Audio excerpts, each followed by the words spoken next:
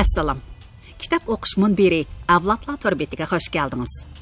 Mening ismim Nuriya Rahman. Hozir Zordun Sabirning Yevropaga safar nomli ziyorat xotirasini o'qishni davomlashtiramiz. Men bu dehqon bilan paranglashdim. U menga bordilayotgan mollari, po'lat omborlarda saqlanayotgan 100 necha tonna oshliqi, ya'ni bug'doy, arpa, qicha, har xil ishlarga selinadigan 18 xil mashinasini ko'rsatdi. Bu mashinalarning eng qimmati 55 ming mark, eng arzini 1800 mark ekan. Yer terish, yig'ish, sug'urish, malga yem berish, mal oyog'ini tozalash qatorliq ishlarning hammasi mashina bilan bo'ladi ekan. Bütün mashinalarni Erik o'zi ashu qiz bilan ishlatar ekan. Men uning yillik kirimini so'rdim. Necha 100 ming mark pul xashlab dehqonchilik qilaman, dedi u kulib qo'yib. Lekin kirim az. Germaniyada dehqonchilik mahsulotlari bak arzon. Har qanday oshliqning 1 kilosi 1 markga yetmaydi. Masalan, bug'doyning 1 kilosi 0.41 mark, arpa 0.8 mark, qicha 0.35 mark. Tonguzlarni demsiz. Bir tonguz kuniga 1 mark o'sidi. 100 kilogram keldigan tonguz aran 220 mark payda berdi. Lekin ish qatalan chaqlarda emgak kuchi yalayman. Yallanma emgakchining 1 soati 20 mark. Hukumat bizga yordam qilmaydi. Germaniyada har yili oshliq, go'sht, seriq yog' tog'lari paydo bo'lib turadi. Hukumat bu tog'larni hal qilish uchun ziyniga chet ellarga sotadi. Dehqonchilik mahsulotlari arzon bo'lg'achqa, dehqonlar yerlarni setib, boshqa ishlar bilan shug'ullanadi. Germaniyaning yer maydoni 248 ming kvadrat kilometr. Terilg'u maydoni 120 ming kvadrat kilometr. 60 million odami bor. Har bir jonga 2 modin yer to'g'ri keladi. Lekin Germaniya dehqonlarni qadrlamaydi. 1 kilo tonguz go'shti 14.5 mark, 1 kilo un 0.6 mark. Top alsak 0.3-0.4 markqa beradi. Nemish undaq? Sababi Germaniya neft, mal bo'g'uzi, go'sht qatorliq ham ashyolarni Arabiston, Braziliya, Yangi Zelandiyadan arzon bahoda setib oladi. Uning ustiga Germaniya har yili chet ellarga nurg'un miqdorda pul qarz berdi. Bu pulning o'simi bilan Braziliyaning arzon yam xashki, Yangi Zelandiyaning yangi so'yilgan arzon paxlan go'shti, Arabiston neftini setib oladi. Bundaq bo'lgandan bizdek 20-30 gektar yeri bor ushshaq dehqonlarning egiligi nima bo'lmoqchidi? Sizlar qanday yo'llar bilan pul topsizlar amizsa? Chorvachilikni billa elib boramiz. Dehqonlarning pensiya, ishsizlik maoshi bormi? Yo'q. O'rmon bino qilsak yoki yerimizni terimasdan oq qoldirsak, 1 gektar yerga 1200 markdan pul berdi. Men bu bir jup dehqonning shunchalik narsalarni bilganiga hayron bo'ldim. Men ularning ma'lumotini so'rab edim, Erik so'zlab berdi. Men 9-sinfni tugatibla dadamdan qolgan bu dehqonchilik maydoniga xo'jayin bo'ldim. 2 yil ishdan sirtqi texnikumda, 1 yil dehqonchilik kursida o'qidim. Hamma mashinalarning tilini bilaman. O'zim ishiltaman. O'zim remont qilaman. Bu qiz hamrohimni demsiz? U oliy maktabda til fakultetini tugatib, o'qituvchi bo'lgan. O'qituvchilikni tashlab, menga yordamchi bo'ldi. Pul uchunmi demsiz? Yo'q, undaq bo'lmas kerak. Qani, u o'zi so'zlab baqsin. Yo'q, bu yerda maktabdan jiq pul topolmayman. Men havas uchun bu yerga keldim. Men musobaqa mashinasi, motosiklet haydaydigan tantarbiyachi. O'qituvchilik menga yaramadi. Hozir bizning davlatimizda pedagogika ilmi bo'yicha bola o'qitmaydi. Aqliy tarbiyani kuchaytiradi. Axloqiy tarbiya, gigiyena bilimlariga e'tibor bermaydi. Yaqında Hamburg qiraatxonasida bir dehqonchilik maydonining xo'jayini roman o'qidi. Demak, sizlar Germaniya dehqonlari tadqiqot, ijodiyat bilan shug'ullana oladi ekansizlar. Sizlardimi sinoq qilinayotgan ilmiy ishlar yo'q emasdi, ha? Erik mening savolimga kulib javob berdi. Men besilib yotgan ochliqimni pul qilib olishni o'ylayman. Xudodan ochliq bahosining ishini tilayman. Lekin mening butun havasim mashinalarda. Mashinalarni bir-biriga bog'lashtirib, ba'zida qo'shib yugurib boqaman. Rostini aytsam, ishlanishi oddiy, ko'p xil ishga yaraydigan mashina loyihasi ustida to'la boshqa turman. Mashina ketib boradi. Biz Baltiq dengizi bo'yiga yetib keldik. Men Erik to'g'risida xiyollarimni oxirlashtirdim. Baltiq tinch, ko'p-ko'k chaykalar odamning beshiga qo'nadi. Sayohat paraxotlari, qadimki yelkanli kemalar uzib yurdi. Dengiz qirg'oqi, büyük o'rmon, birlari egiz, birlari yeylang'u xo'tlar, saraylar kun nurida parqirab turdi. Ufuqning nersida boshqa davlat, Daniya ko'rinib turdi. Sizlarda qo'shni ellarga berish qiyin bo'lmas kerak? Ixtiyor, dedi Tomas, mening nima demoqchi bo'lganimni tushunib. Paraxot, mashina, velosiped bilan xohlagan vaqtda atrofimizdagi xohlagan davlatga to'solg'usiz chiqib kira olamiz. Pasportga qarab qo'ydi xolos. Xohlasangiz, men sizni yelkanli kema bilan Daniya yoki Finlandiyaga olib kela olayman. Ozroq rasmiyat o'tsakla bo'ldi. Bizda bu ish uchun 5-6 minutlik vaqt ketadi. Dengiz yoqasidagi uylarning hammasi hotel ekan. Piva, qahvaxonalarmi to'la ekan.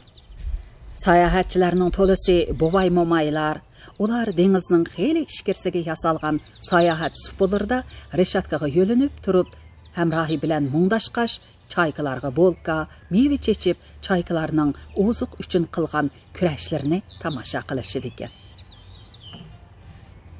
Bularning hammasi Germaniyalik emas, dedi Tomas ularni menga tanishtirib. Bizning mamlakatimizda dunyoning hamma yeridan o'qatchilar, sayohatchilar kelalaydi. Arab savdogarlari, turk ishchilari, hatto Tayland yezlaridan kelgan fohisha ayollar bu yerga kelib boy bo'lib ketadi. Bizning davlatimiz panohsiz yoshlarga u qaysi davlatning odami bo'lishini surishtirmayla, o'qish fursati, tomoq puli, yotoq puli va qo'shimcha emgak qilib oshxona mehmonxonalarda pul tepish imkoniyati berdi. Mening hamrohim piv ichib o'ltirib maqtang'ili turdi. Men chidamadim. Har kuni gazetda necha yuz uray, ya'ni fohisha ayollari e'lon chiqaradi ekan. Bularning rollari chet elliklar ekan. Bumi chet ellik musofirlarga qilingan g'amxo'rlikmi? Dedim oxir. Shundoq, ularmi kasb bilan shug'ullanadi. Ularning kasbi, kenishkilari, ko'cha rayollari bor. Qonun ularni qo'g'daydi. Biz bu xil kasbni nomusliq deb bilishga odatlangan. Men do'stimning chiroyini o'zgartmasdan bu gapni qilganidan o'ng'aysizlandim. G'ippa pak ko'chilari ularga tegil. U yer Hamburgning bir obat joyi. Bu necha yuz yillik tarixga ega kasbni e'tirof qilmay nima amal? U mening o'ng'aysizlanganimni sezib qo'shimcha qildi. Men atrofimga qaradim. Mungdashayotgan bovay-momaylar, quchqidagi yungluq itlarni o'ynab o'ltirgan oltin, brilliant bezaklik ayollar, sevishayotgan yigit qizlar. Menga yo'chun tushuniksiz belanishga boshildi. Men neger ayol bilan beshini bir-biriga yaqin qilib o'ltirib mungdashayotgan semiz germaniyalikni ishorat qildim. Bu neger ayolmi hurayi bo'lsa kerak? Yo'q, undaqlar cheklangan ko'chalardan chiqmaydi. U yerdan chiqsa, soqchilar ularni qamaydi. Munolar xotin. Biz Germaniyalik erlar Asiyalıqlardan öylünüşünü yaxşı görürüz. Həbəşlər, Afğanlar, Xanzular, Vyetnamlıqlar, Yaponlar, Ərəb, Türklərdən öylənganlar nurğun. Heliqi Hitler ətibarlaydigan san Aryan irqi qalmadı yoki nihoyatda az. Aryanlar, Fransuzlar, Slavyanlar, Yahudilar, Gollandiyaliklar, İtalyanlar, Avstraliyaliklar, Shvetsariyaliklar va boshqalar bilan o'rlashib, hozirgi Germaniyaliklarni paydo qilgan. Siz biladigan turkolog, olim Gabainmi tegi Fransuz, hozir Germaniyalik. Meningmi tegim Yahudi. Men kashqurun bara sog'lom Germaniyalikning uyida mehmon bo'ldim. U Tomasning qo'shnisi, ya'ni uy xo'jayini Bergult. Bergult pokiz, yuzining iqi oq, qizil, egiz, sog'lom odam. U doim qisqa, quyuq chochliq beshini mag'rurlik bilan tik tutib, sovuq oktyabr kunlarida sirtda ko'nglakchan yuratdi. Men har doim uni aldirash mashinaga chiqib atgan yoki mashinadan tushib atgan holda ko'ratdim. U har qancha aldirash bo'lsa-mu, kulimsirab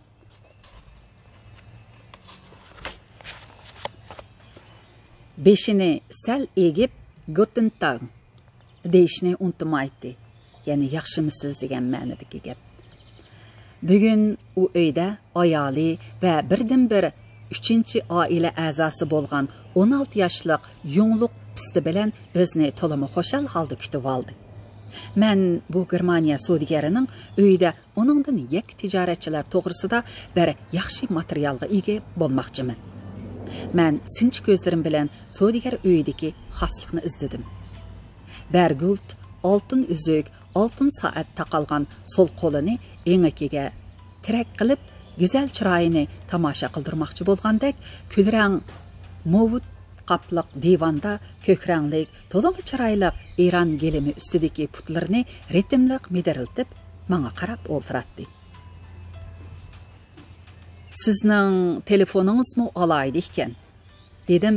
Pisti uchun duxovitash, mamuqlar bilan mashina chaqida qilib yasalgan karavat yenidagi oltindan hal berilgan ajoyib shakllik telefonni sharat qilib. Qimmatmi? Tomas menga xanzu tilida bizning odatimizda narsalarning bahosini so'rashni madaniyatsizlik hisoblaydi, dedi. Bu telefon marmar, oltindan hal berilgan esil metallardan yasalgan.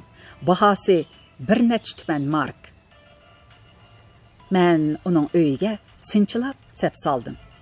Bu uymi boshqa germaniyaliklarning uyidek ruscha G harfi shaklda yasalgan. Butun binoning birinchi qavati birla cho'ng uy. Bu uyning boqqa qaragan temi aynak. Yerga tapsidan boshlab gulsiz yeshil gilam. Uning ustiga u yer bu yerga Iran, Arab, Tunis, Italiya, Fransiya, Gretsiyaning dunyoga dangliq har xil esli gilamlar selingan. Gening bu beshidagi dugilak shaklda joylashtirilgan muvut sokna tashliq divanlarda biz o'ltirdik. Gening yana beshimi o'tirsimi har xil divanlar. Ajoyib nafis, yog'och va oltin hal berilgan metal jihozlar bilan bezalgan. Lekin bu uyda men ko'rgan germaniyalik ziyolilarning uylaridek bütün tomlarni egilagan kitoblar bilan to'lgan kitob jozlari yo'q. Gullar, nafis buyumlar hammali o'rin egilagan. Uy qandaq ekan?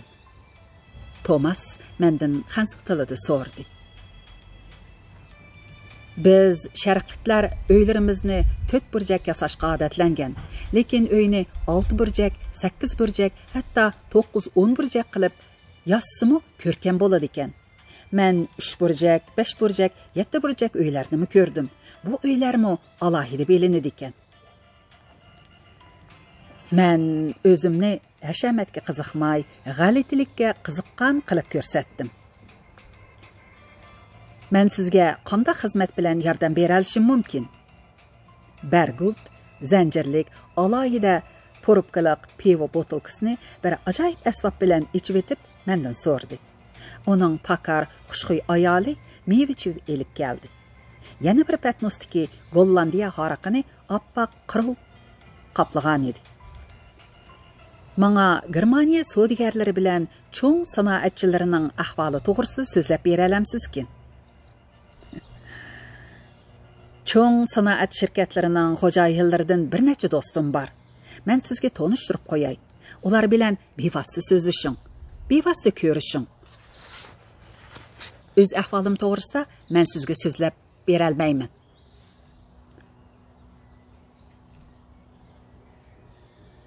O'z ahvolim to'g'risida men sizga so'zlab bera olmayman. Men o'ttirhol savdogar. Umumiy sarmoyamni so'rab qoldingiz. Bizda bu xil savollarga odatda javob berilmaydi. Siz bu milliy odatni to'g'ri tushuna olasiz. Endi mening tijoratimga kelsak, u menga o'z ahvolini tafsiliy tanishtirdi. Bergult Lyubek shahrida 5 kishi ishlaydigan bir mashina zapchaslarini ham to'p, ham parcha sotadigan cho'ng do'konning xo'jayini ekan. U cho'ng mashina zapchaslari va zavodlarining xo'jayinlari bilan to'xtam orqali mal oladi ekan. Algan zapchaslarini kichik do'konlar, ya'ni bu xil do'konlarning ko'plari mashinalarni may bilan ta'minlaydigan punktlarning yanida bo'ladi. Ya'ni shu kichik do'konlarga top bahoda, shaxslarga parcha bahoda sotadi ekan. Bu ishda raqobat nihoyat kuchli bo'ladi ekan. Shuning uchun ular uchur va xabarlashishga to'liq ahamiyat berdi ekan. Bozor bahosi har kuni o'zgarib turadi ekan. O'rtaq bozordagi darajadan tashqari do'konlar xaridorlarni o'ziga tortish uchun aldamchilikmi qiladi ekan. Masalan, palon malning bahosi muncha % tushdi, chapsan setib olinglar deb e'lon chiqaradi ekan. Buni anglab xaridorlar ularning do'konlariga o'lishadi ekan. Shu bahonada do'kondagi boshqa mallarmi setiladi ekan. Ko'p obort bo'lganda kuniga qanchalik foyda topa olasiz? O'xshash emas. Sharoitga bog'liq. Masalan, tuyuqsiz qor yoqqan bir kuni men mashina chaqaga bog'laydigan zanjirdinla 3 kunda 30 necha ming markalik sotdim.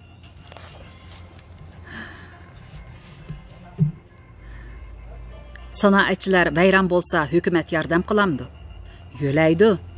Masalan, qarz berdi, tadqiqot temalari uchun davlat pul berdi.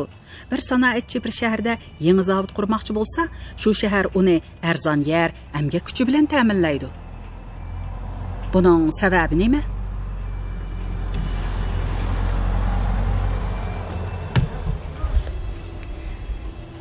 Sababi 2. Birinchidan, u zavodlardagi ishchilarni ishsiz qo'ymaslik. Ishsiz qolgan ishchilarga davlat ishsizlik maoshi beradi. Uningdan ko'ra zavodlarga pul yordam qilsa, davlat uchun foydali. Ikkinchidan, bu sanoatchilar xalqaro raqobatga yaraydi. Bizning xalqaro bozordagi raqibimiz Yaponiya, Germaniya sanoatchilari ittifoqlashib, bu raqibiga taqobil turadi. Hukumatmi sanoatchilarni qo'llaydi. Lekin Yaponiya bo'sh kelmaydi. Masalan, ularning Toyota mashina shirkatining skladi yo'q ekan. Mashinalar zavoddan biroqla bozorga chiqadi ekan. Bizning Benz-chu, ya'ni bu Germaniyaning danglik mashinasi 2 oy burun zakaz qilinadi. Demak, yasalmay turib bozorga chiqadi. Toyotaning bizda setilishi son cheklimasiga uchramaydi. Lekin Benzning Yaponiyada setilishi son cheklimasiga uchraydi. Chekilmadan ishib ketsa, setishga ruxsat qilmaydi. Xalqarada bizni 4-sanoat davlati deb ataydi. Biz Yevropada birinchi. Sovet ittifoqidan boshqa. Amaliyotda G'arbiy Germaniya Yaponiyadan to'van emas. Yaponiya po'lat ishlab chiqarishda yuqori dedim kulib qo'yib. Osiyoliklarmi bo'sh emas. Ras, bumi bir haqiqat, lekin u kelgusiga bog'liq. Siz emga qilamsiz yoki xo'jayinlik qilib o'ltiramsiz? Men asli bir kichik xizmatchi edim. Hozirmi xizmatchi? Do'konimda har kuni atdigan soat 8 dan kech soat 18 gacha xizmatchilarimga o'xshashli xizmat qilaman. Tushlik tomoqni do'konda yeymiz. Ayolim bilan atdiganligi chiqib ketsak, kechda bu uyga uxlash uchun kelamiz. Bir yilda oralla bir hafta dam olaman.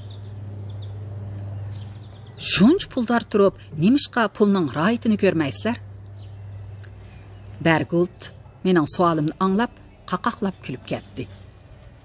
Rahat ish. Men pul tepish uchun emas, o'z qobiliyatimni ko'rsatib qo'yish uchun savdo ishi bilan shug'ullanyapman. Men texi chet ellarning donliq savdogarlari bilan baslashiman.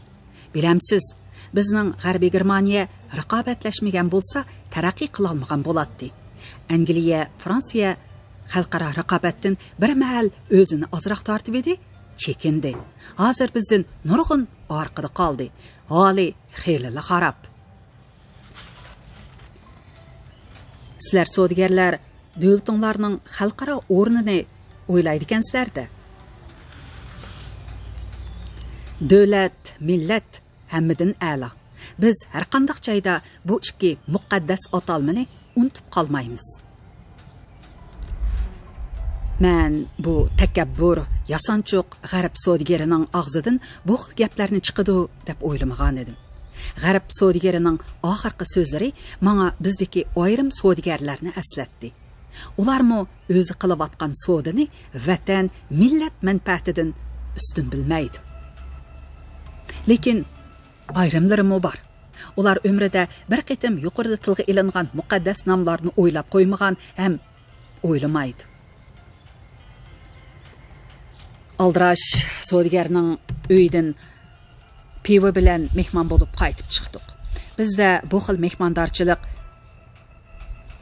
puchaklik hisoblandi. Lekin raqobat, foyda ziyon minut sekund bilan hisoblashish, fikr qilish odatiga aylangan g'arbliklar yarim kunlab yoki necha soatlab mehmon qilish, mehmon bo'lishlarni ayib hisoblasi kerak. Ular sizni pivo yoki choy bilan mehmon qilib, takalluf bilan bo'lsa-mu tamoq yeb ketding degan so'zni aytmaydi. Ularning yuqori darajali iqtisodiy turmush sharoiti shakllantirgan turmush odatlari shuning uchun bizga yo'chun va g'alit tuyuladi. Men atsi Thomas apandining oilasida xizmat qiladigan xonim Haydi bilan ularning turmushi to'g'risida suhbatlashdim. Mening qarashimcha Haydi Germaniya jamiyatining to'van qatlamiga vakillik qila oladi. Chunki u Thomasning uyida uy ishi qilib, sirtda satrashchilik qiladi ekan. Lekin uning chiroyli kichik mashinasi bor. U 9-sinfgacha o'qigan ekan. Uning eri to'qchi ekan. Ularning bolasi yo'q. Haydi Thomasga yig'lab turib bir nimalarni dedi. Thomas menga undaq bir ahvolni so'zlab berdi. Haydining eri bir zavodda to'xtam bilan ishga kirgan ekan. To'xtamga qachonki bu to'qchi ishdan haydildi ekan, zavod xo'jayini uningga 10,000 mark to'laydi deb yozilgan ekan. Haydining eri aroq ichib ishga borganligi uchun xo'jayin uni ishdan haydabdi. To'qchi haqli holda bir tuman mark talab qilibdi. Xo'jayin 10,000 mark beraman, lekin arxibinga aroq kash degan so'zni yozaman debdi. Haydi mushu ishqa yig'lagan ekan. Men 10,000 markni olsa bo'lmadimi? Yozmamdi, dedim. Thomas qayg'urib, "Yo'q, unda qilsa to'qchini hech kim ishqa olmaydi. Eng yaxshisi ozroq pul xashlab, advokat taklif qilish kerak", dedi.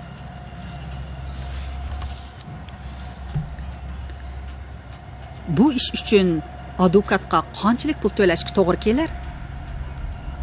Eng oz bo'lganda 300 mark. Germaniya jamiyatida advokatlar e'tiborli ekan. Xilma-xil da'volar ularning oldiga kelib turadi ekan. Men turayotgan bu yezida advokatlar aralashgan ishlardan yaqinla biri bo'pti.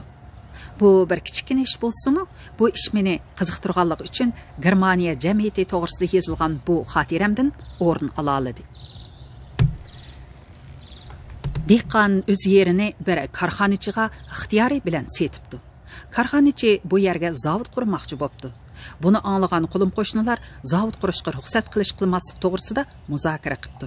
Oxir ular 6 kishilik hay'at qurib, korxonachi bilan suhbat o'tkazibdi. "Yo'q, qurg'izmaymiz", debdi bir qismlari. Zavod havoni bulg'aydi, tabiatni satlashtiradi. Bularning boshlig'i pensiyaga chiqqan bir dorigar ekan. Kishilarning o'z yeridan foydalanish huquqi bor.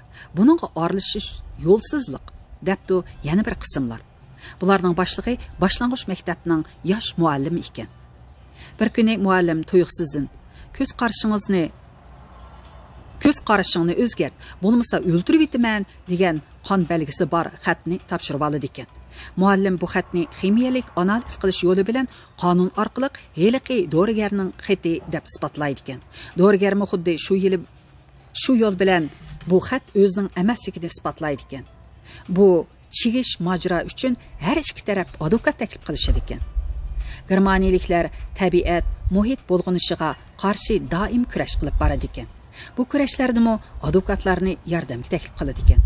Ba'zida ular davlat yoki shtat rahbarlarini bevosita pozitsiya bildirishga qislaydi ekan. Masalan, qatnash idorasi bir qitim yo'l ustidagi bir dub daraxtini kesmoqchi bo'pti. Mahalliy yoshlari buningga qarshilik bildirib, hay'at quribdi. Mahalliy xalqi qocha gullarni derizlarga ma'lum belgilar bo'yicha tizib, yoshlarni qo'llaydiganligini bildiribdi. Yog'och kaskili kelganlar xalqning qarshiligini ko'rib, kesalmabdi. Ikki taraf shahar boshlig'iga xat yozib, pozitsiya bildirishni talab qildi. Shahar boshlig'i kelib, daraxtni ko'rib, yoshlarning fikri o'rinliq. Bu 200 necha yillik daraxt kesilsa atrof satlashib ketadi. Yo'l bu daraxtni agib o'tsa bo'ladi deb aniq pozitsiya bildiribdi. Atom raketa qurollari bazalarini qurishga qarshi turish kurashimi ba'zida ana shu xil mahalla aktivlarining o'zaro yoki xalqqa yozishgan xatlari orqali shakllanadi ekan. Men G'arbiy Germaniyada ziyorat qilib yurgan kunlarda G'arbiy Germaniya Birlashma Jumhuriyatining bir shtati Schleswig Holsteinning zonglisi Barshel Shvetsariyaga dam olg'ili berib, mehmonxona mo'nchisida o'lgan edi. Bu o'limning sababini tahlil qilish ishiga butun mamlakatdagi radio, televiziya, gazetlarning hammasi degidek qatnashdi. Zongli o'lishdan burun uning bir kotibi kelar yili o'tkaziladigan umumiy saylam harpisida so'zlab, Zonglining ba'zi ayblarini fosh qilgan. Zongli o'zini oqlab televiziya nutq so'zlagan. Orqadanla uning o'lim xabari tarqalgan. Bu to'g'risidagi mulohiza hamma oilalarda degidek bo'lib turdi. Bir oyga qolmay xulos chiqarildi. U asli sobiq Germaniya zonglisi, tashqi ishlar ministri Bismarckning navrisiga uylangan ekan. U to'y marosimida Bismarckga sodiq bo'lishga qasamyod qilgan ekan. U garchi kotib pash qilgan ayblardan o'zini oqlab so'zlagan bo'lsa-mu, lekin u ayblar Zongli Barshalning Bismarck sha'niga dog' tushirganligini oqlay olmabdi. Uni ayoli va ayol taraf tuqqanlari o'lib olishga majburlabdi. Demak, Zongli o'lib olishga majbur bo'ldi. Bu masalani oila ayollarining tahlil qilib yurganini angladim. G'arbiy germaniyaliklar o'zlarining milliy g'ururini o'stirishga alohida diqqat qiladi ekan. Qahramonlarni, o'z vatanini, xalqni qo'g'dash jangida qurbon bo'lganlar doim xotirlaydi ekan. Men Lyonburg shahrida bu milliy ruhni uyg'otishga munosabatli ishlarni ko'p ko'rdim. Uning ichida Heinrich Heine 1823-yili bir yil turgan 3 qavatlik uyning o'z beti saqlanganligi, bu shaharning turk ishchilari o'ltirdigan tor orqa ko'chalardagi uylarning tomlariga 1813-yili Napoleon istilasiga qarshi jangda qurbon bo'lganlarning mushtum suratlari marmar bilan yasalganligi va tegiga xotira so'z yozilganligi odamga ta'sir qiladi. Elba daryosi bo'yidagi Bismarck yezisimi aynan saqlangan. Uning o'z vaqtida ovchilik qilgan o'rmonliqini davlat qo'g'daydi ekan. Uning muzeyi yenidagi oshxonaga Buğularning möngüzləri, arqa başları, eyiq, kiyik terləri, ov miltiqi, oqyalar alayida o'rniga esilgan. Bir davlat, bir millat uchun milliy g'ururidan ustun narsa bo'lmasi kerak. Bir odamning qimmatimi uning vatan, xalqi, millati uchun yaratgan to'hpisi bilan o'lchinadi. Odamlar bu to'hpisini har xil ish, har xil yo'llar bilan yaratadi. Ularning birlari ulug', birlari oddiy bo'ladi. Lekin ular vatan xalqning shon sharafi uchun hassa qo'shalisla, qadrlik, xoinlik, sotqinlik qilsalar qora yuz bo'lib qoladi ekan. Harbiy Germaniyada dunyoni changaliga elish uchun g'aljirlik bilan harakat qilib, Germaniyaning yuzini to'kkan Hitler va uning hamrohlarining hech qanday yerda nom nishoni qolmasdan o'z vaqtida mashhur bo'lmagan, xorlangan, hatto hech kim ko'ziga ilmagan jangchilarning nomi bilan mushtumining saqlanganligi. Muzatdak yaramsiz nomli romanning avtori Mozilladek Avstriya san'atkorlarining haykal muzeylarining paydo bo'lishi buning misoli. Men Lyubik gazeti muxbiri bilan Germaniya jamiyati to'g'risida uzoq so'zlashdim. Men Germaniyada ko'rgan va o'ylaganlarimning hammasila biz uchun ulgu bo'lavermaydi. Men tuzumi o'xshash bo'lmagan ikki davlat to'g'risida emas, psixik odati, turmush sharoiti o'xshash bo'lmagan millatlar, xalqlar to'g'risida o'z xalqimga so'zlab berishni xohlayman, dedim. U Germaniyada siz qabul qila olmaydigan ishlar ko'p. Masalan, gazetlarimizda yalang'och odam suratlari, fohisha ayollarining e'lonlari, bema'ni musobaqalardan chiroy musobaqasi, ko'krak muskuli musobaqasining natijalari beslab turadi. Ko'rib turibdimiz, bizda bulongchilik, qotillik mavjud.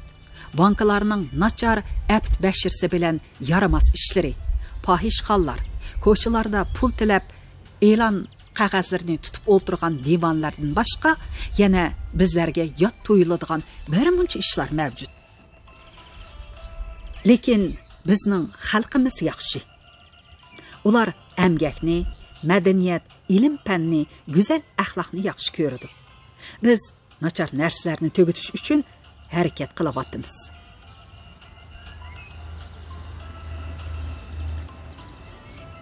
Sizlarda ilm-fan, madaniyat taraqqiy qilgan, turmush zamonaviylashgan. Masalan, hamma uyda doim issiq sovuq moncha bor ekan. Bütün Germaniya bo'yicha is chiqadigan yiqilg'ular ishlatilmaydi ekan. To'rxun, is yo'q shaharlarni men mushu davlatda ko'rdim. Telefon, kichik mashina hamma odamda bor ekan. Qatnash, pochta, banka ishlari yurishlashgan, o'chrat jiddiyligi yo'q ekan. Avtobus, poyezd oshxonlarda bir-biri bilan tanishmaydigan odamlar salomlashir ekan. Qiyrilar bilan bolalar hurmatlanadi ekan. Kino, teatrxona, qiroatxona, kitobxona, ko'rgazmaxona qatorliq o'rinlarning xodimlari xaridorlarni to'limi yaxshi kutadi ekan. Elektrlik menga, elektrlik hisoblash mashinasidan keng foydalanadi ekansizlar. Bo'libmi, oliy maktab ma'arifi bak taraqqiy qilibdi. Masalan, Freiburg shahrining umumiy nupsi 100 ming atrofida ekan. Lekin u yerda 35 ming oliy maktab o'quvchisi bor ekan. Ishlab chiqarish zamonaviylashgan, taraqqiy qilgan, fan ma'arif, madaniyat gullangan, xalq turmushi yaxshilangan, o'ngaylashgan. Mushundaq bir davlatda kishilar xohlamaydigan ba'zi nachar narsalar bo'lib turadi. Har qanday jamiyat mukammal, to'qqizi tal bo'lmaydi. Bizning sotsializmning to'van bosqichi bo'lgan davlatimizda biz xohlamaydigan ishlar bor. Lekin bir jamiyatga faqat nisbiy baho berishga bo'ladi. Men G'arbiy Germaniya jamiyatini texi to'liq bilib ketalmadim. Menga bu jamiyatning bergan birinchi ta'siri boylik va farovonlik. Mening so'zlarim gezga besildi. Thomasning ayoli o'z uyidagi mehmonning surati bilan so'zlari gezga besilganlikdan bak xushal bo'ldi. O, lekin siz o'z davlatingizning bizninkidek bo'lishini orzu qilmang. Biz bu xil zamonaviylashishdan norozi, dedi. Albatta, hammani sizlarninkidek qilishni biz xohlamaymiz. Bizning zamonaviylashishimizning o'z qonuniyati, o'z shakli bo'ladi. Lekin nima bo'lsin, biz o'zimizning hozirgi o'rnidan rozi emas. Biz texi kambag'al, nurg'un jihatda orqada ekanmiz. Biz o'rnimizni o'zgartirishni orzu qilamiz. Biz shuning uchun kurash qilyapmiz. Ma'qul, bugun mushargacha o'qiylik. Ang oxirgi bo'limini anglaysiz.